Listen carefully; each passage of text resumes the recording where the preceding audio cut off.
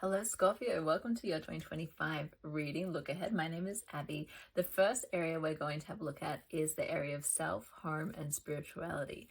So let's get into it.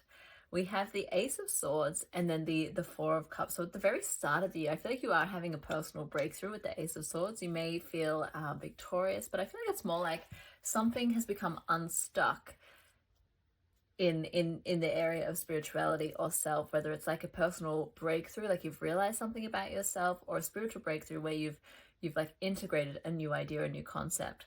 With the Four of Cups, I feel like after this breakthrough you may sort of plateau a little bit, and that may leave you feeling a little bit like apathetic, a little bit like, oh, when's the next big thing? But then we go to the Knight of Pentacles. The Knight of Pentacles is a card of slow movement. It's saying that to integrate this new breakthrough that you've had, you will need to continually do the work to make sure that it's I'm saying like adding up over time, like cumulative growth over time. We go to the Queen of Cups in the middle of the year. I feel like you're going to have a burst of like intuition or intuitive powers. You are a water sign, but I feel like your dreams will become really important in the middle of the year with the Queen of Cups there, and you'll be tapping into that sort of like emotional, very like inward focused emotionally. We have the Eight of Pentacles. You are working on something with the Eight of Pentacles. I think after you've had these dreams, you may be sort of like trying to upskill. I think it's a very spiritual year for you. I feel like you're trying to upskill your spiritual gifts, your intuition, and you're trying to sort of work on it to achieve, to master it.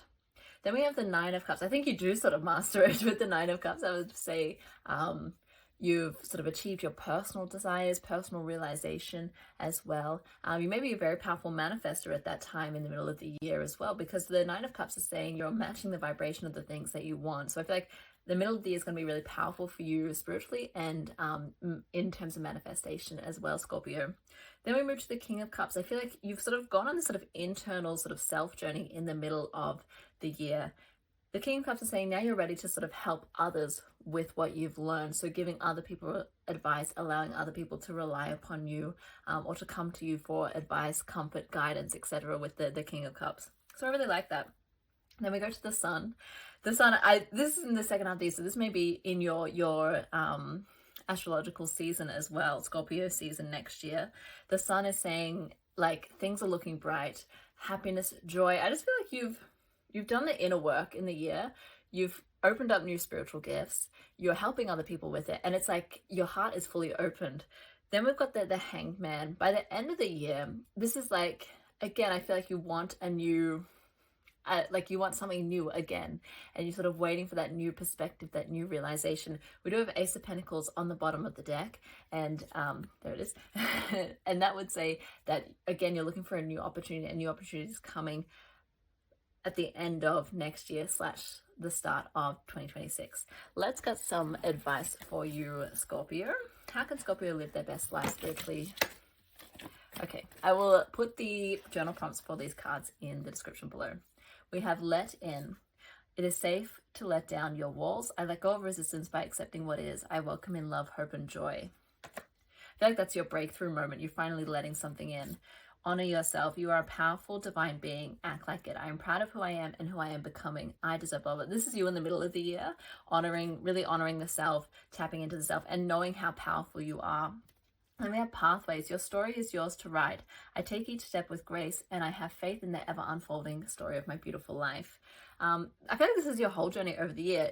I'm getting really peaceful energy for you, Scorpio, and a very like, I know what I'm doing. Lots of growth as well, but definitely very, very peaceful.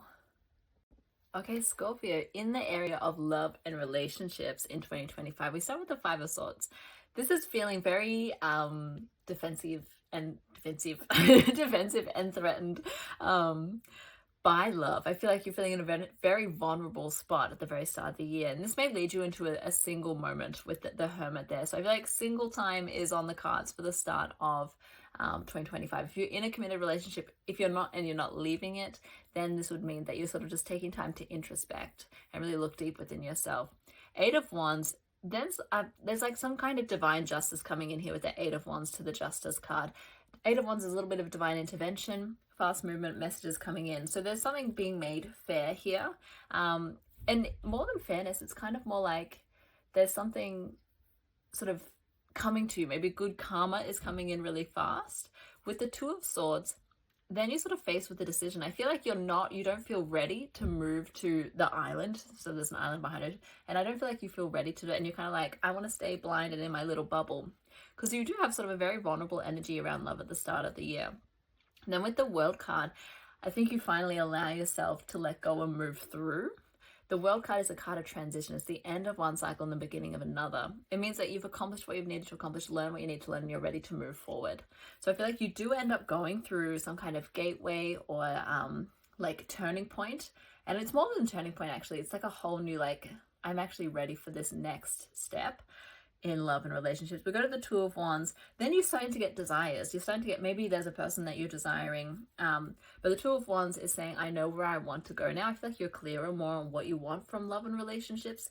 The Four of Wands can be marriage, celebration, engagements, deep commitments, some people call it the twin flame card, soulmate card, etc. So I feel like maybe you're seeing someone that you want and who may be your soulmate at the end of the year. The Five of Cups is saying, try and keep optimistic. You have started, again, the year in a very vulnerable spot in terms of love and relationships, so try not to let that affect, when you do find this person, try not to let it affect you moving forward, and sort of make sure you're keeping your positive emotions, not toxically positive, but trying to maybe reframe things and come from a place of openness rather than a place of fear. Let's get some advice for my Scorpios. How can they live their best love life in 2025? Thank you. Honor yourself. You had this in your self area as well. You are a powerful divine being. Act like it. I am proud of who I am becoming and who I am. I deserve blah, blah, blah. Yeah. Allow yourself the time at the start of the year to honor yourself, to honor the process that you're going through with the Hermit card, with the Justice card. Honor the process and just allow yourself to move through it. Give yourself the space. Hold space for yourself. Hold space for yourself to move through that process. Okay, Scorpio, in the area of finances and career in 2025, you're starting with the Three of Swords. Don't be afraid of this. This is just saying you're healing from some kind of setback in career and finances. With the Judgment card, I feel like you're hearing a very clear calling. There may be a very clear decision that you make at the beginning sort of 3 months of the year. The Knight of Pentacles, you then start to work towards this. And it may be slow growth at first, but you are doing it responsibly, and each step is a secure step. That's a great way to move. We have the Five of Wands. The Five of Wands is about needing to test something out or being tested. You may come to a point, if you've like started something new with that new decision, the Judgment card, and then you've worked towards it really diligently, there may come a point where you're sort of tested in the way, not to see if you really want it or to see if you're good enough, not in that way, but sort of something that's meant to push you to do more or to do it differently. So I feel like a situation would come up where you're being sort of encouraged by the situation to look at something differently or to do it differently, or to work a bit harder, etc. Or maybe to take a break, whatever it is that you need to balance you out so that you can keep moving forward with that same reliable pace. We have the Queen of Swords. This may involve needing to stand up for yourself. And standing up for yourself can be against other people. It can also be standing up for what you want and standing in your own power. With the Queen of Swords, she knows what she wants and she's not afraid to tell people about it. With the Five of Cups, there may be there's something about other people sort of maybe looking down on what you're doing. And with the Queen of Swords, it's saying stand your ground with that. The Five of Cups is also like, if you're having this sort of like, it's slow progress, but it is progress. Like you are moving forward. Don't let that get you down. Focus on the progress that you have made rather than that sort of pie in the sky goal. We go to the Strength card. This is having confidence. There is a big theme here about one, alignment to self, and then being confident that that's your path with the Judgment, the Queen of Swords, and the Strength card. The Strength card is also saying tame the inner lion. I feel like there may be a situation where you either at work have to sort of get a hold on someone or a situation. You may sort of be in charge of, whether like officially or not, in charge of like controlling a situation. And if you work for yourself, this is just saying having confidence, having the discipline, the strength to execute what you want. The Three of Pentacles, there is a theme here of working with other people, needing to work with other people.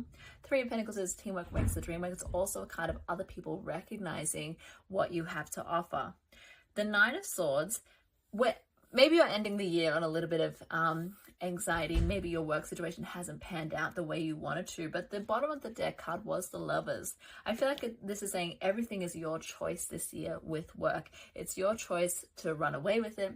It's your choice to stay where you are. It's your choice to make the most of it. It's your choice to, I sort of saw like a runaway kind of car where you kind of just like go, I don't care anymore, and you just like let it roll down the hill. So it's your choice how you show up in work this year. It really is. Okay, what is the advice for my Scorpios to live their best career and financial life? Okay, we have weakness. With your flaws, you are whole. I revel in the chance to face my faults and challenges. That is how I love myself and grow.